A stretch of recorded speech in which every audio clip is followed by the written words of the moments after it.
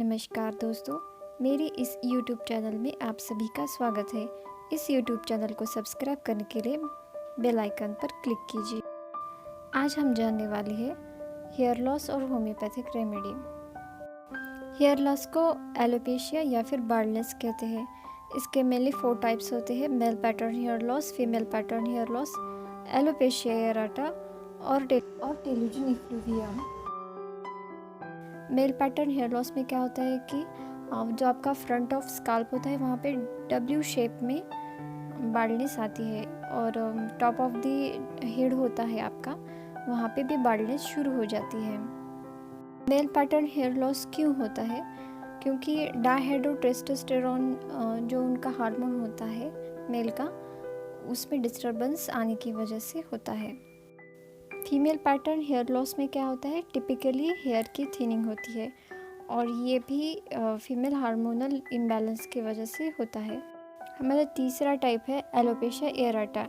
इसको ही हम spot baldness कहते हैं क्योंकि वहाँ पे कॉइन जैसे छोटे छोटे स्पॉट आते हैं, इसीलिए हम इसको स्पॉट बाल्डनेस कहते हैं।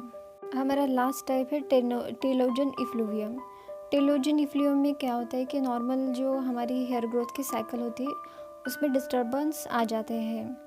नॉर्मली वहाँ पे बाल भी उग जाए लेकिन प्रीमैच्योरली वो झड़ जाते हैं, इसीलिए वहाँ पे बाल्डनेस आता है। अब हम जानेंगे बाल्डनेस के कारण।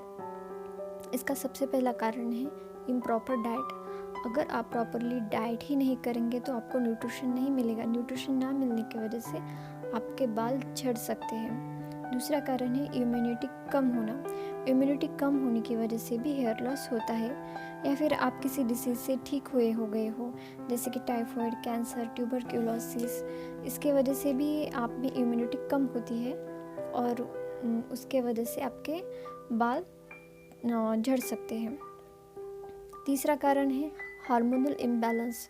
हार्मोनल इम्बैलेंस होने की वजह से भी आपके बाल झड़ सकते हैं, जैसे कि डायहाइड्रोटेस्टोस्टेरोन कम होने की वजह से मेल में बाल्डनेस शुरू हो जाती है। और फीमेल्स में क्या होता है कि ईस्ट्रोजन और प्रोजेस्टेरोन कम ज़्यादा होने की वजह से भी बाल झड़ सकते हैं। कईयों में हाइपोथायरॉयडिज्म, हाइपरथायरॉयडिज्म ऐसे डिजीज़ हो तो आपके बाल झड़ सकते हैं। और दूसरा और एक कारण है जेनेटिक कॉजेस। आपके फैमिली में ग्रैंड मदर, ग्रैंड फादर, आपके फादर, मदर, किसी को भी बाल्डनेस की समस्या हो, थिनिंग हेयर की समस्या हो, तो आप में भी वो आ सकती है। और सबसे महत्वपूर्ण कारण है स्ट्रेस, एंग्जाइटी। इसके वजह से भी आपके बाल झड़ सकते हैं। Autoimmune disorder.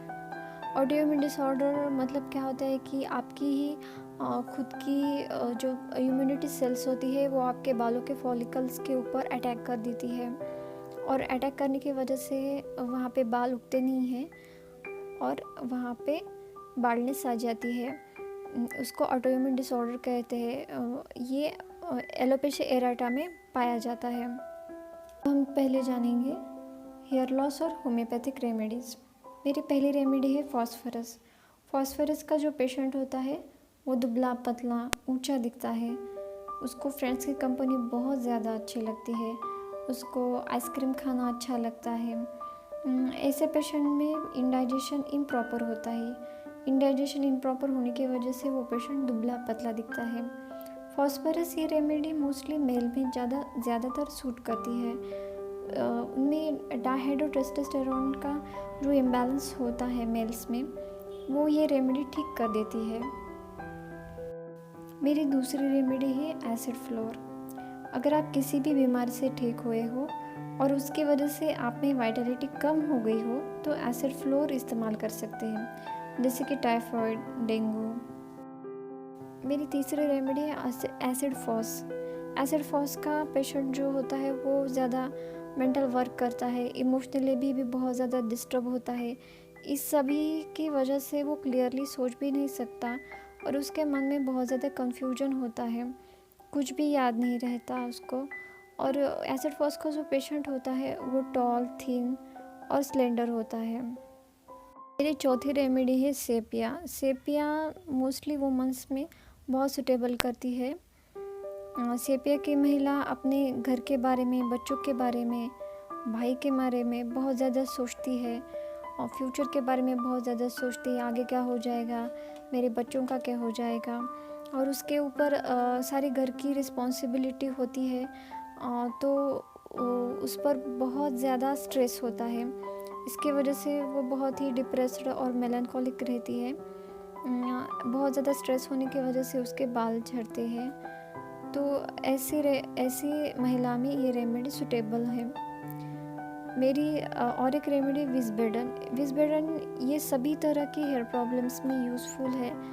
वो बालों को जड़ों से मजबूत कर देती है और ये बहुत अच्छी रेमेडी है। और लास्ट में मैं बताने जा रही हूँ जबोरंडी सभी तरह के हेयर फॉल में, प्रीमेच्योर ग्रेइंग हेयर में बहुत ही अच्छा काम करती है। ये हो गई होम्योपैथिक रेमेडी।